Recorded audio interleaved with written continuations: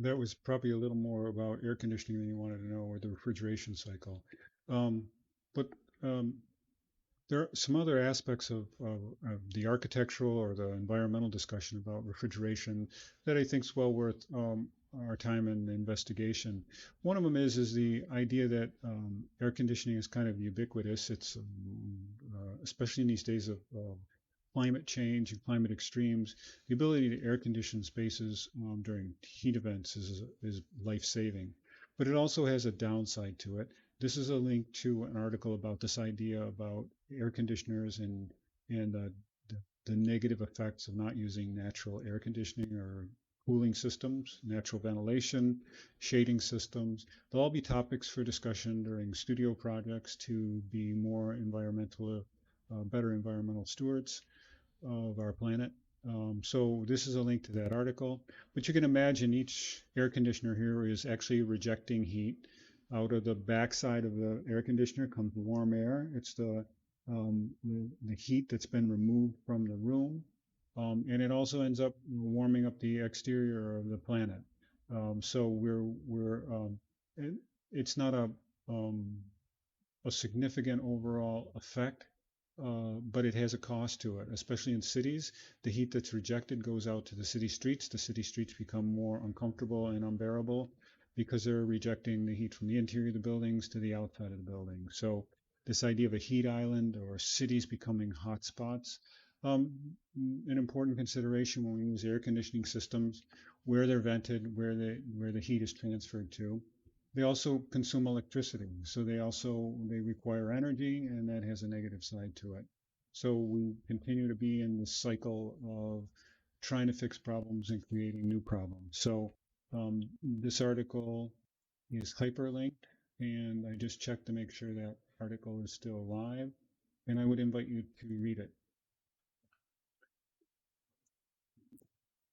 So this idea, why I said I've spent so much time on this idea of the refrigeration cycle. The refrigeration cycle is the same thing that's going on when we talk about ground source heat pumps. And in many of the studio projects I see eventually, the idea of environmentalism and the use of ground source heat pumps seem to go hand in hand.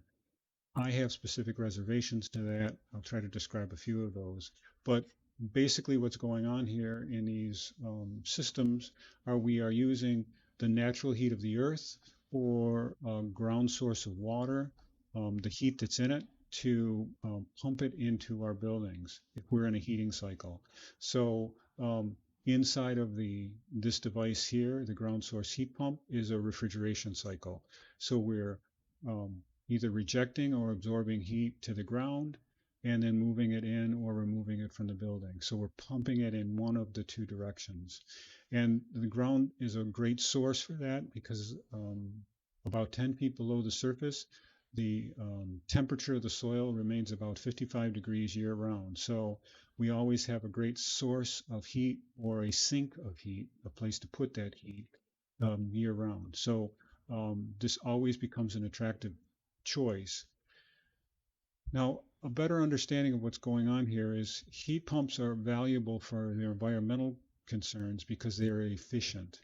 We can move more than 1 BTU of heat with 1 BTU of energy input. And this goes to this idea of what's called the seasonal energy efficiency of the device.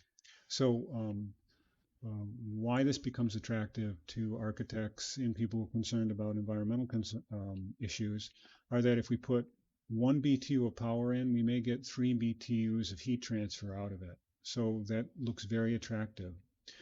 There's some problems with that. One is that if we're using it to heat, we're using electricity, and many times the source of the electricity comes from natural gas, and natural gas creates greenhouse gases, contributes to global warming and climate change. And I don't mean to paint this as a completely negative picture, but the efficiencies of these on the face seem like they're very good. You get 3 for every 1 you put in, but you have to go dig deeper and look at where the power is created, what sources of energy are used there, what the efficiency of the transfer of the electricity from the electrical station is to the heat pump. the capital cost of the installation to this, the environmental impact of these kind of installations, to truly determine if these are positive net environmental devices to install. So it's just a word of caution on that. So like I said, there's this idea of the EER, it's the energy efficiency ratio. It's the measure of the instantaneous efficiency of a heating system. So like I said, these numbers can be uh, in the order of 1 to 3. So you put in 1 BTU of energy, you get out 3 BTUs of heat or cooling that you want. So we have three terms, and they're all really saying the same thing. The primary one is this idea. The thermodynamic one is this coefficient of performance. That is how many BTUs per hour divided by the electricity consumed used to do it. And so um, electricity can be not just watts, but it also can be in BTUs. So there's this conversion of that. So it's really BTU. It can be BTUs to BTUs to make the math more understandable. So, but this list I should really redo. Coefficient of performance is the first understanding about how efficient a device is.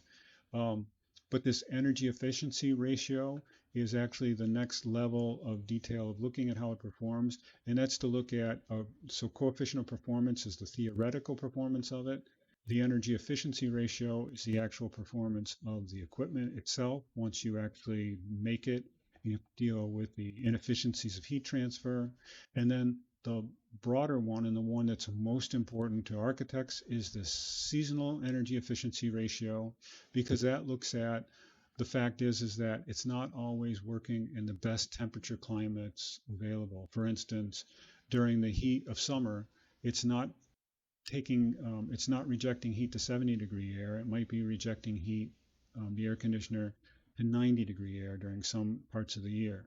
So in order to come up with an overall efficiency of your unit, you need to think about the whole temperature regimen of the period that it's working in. So it's the season. So all of these are really the same value, but they're a more in-depth, more realistic look, with seasonal energy efficiency ratio being the most realistic look at the efficiencies of the device that you would choose. And that's coming up on 7 minutes, so I'll stop and then I'll come back and close out this section on the refrigeration cycle.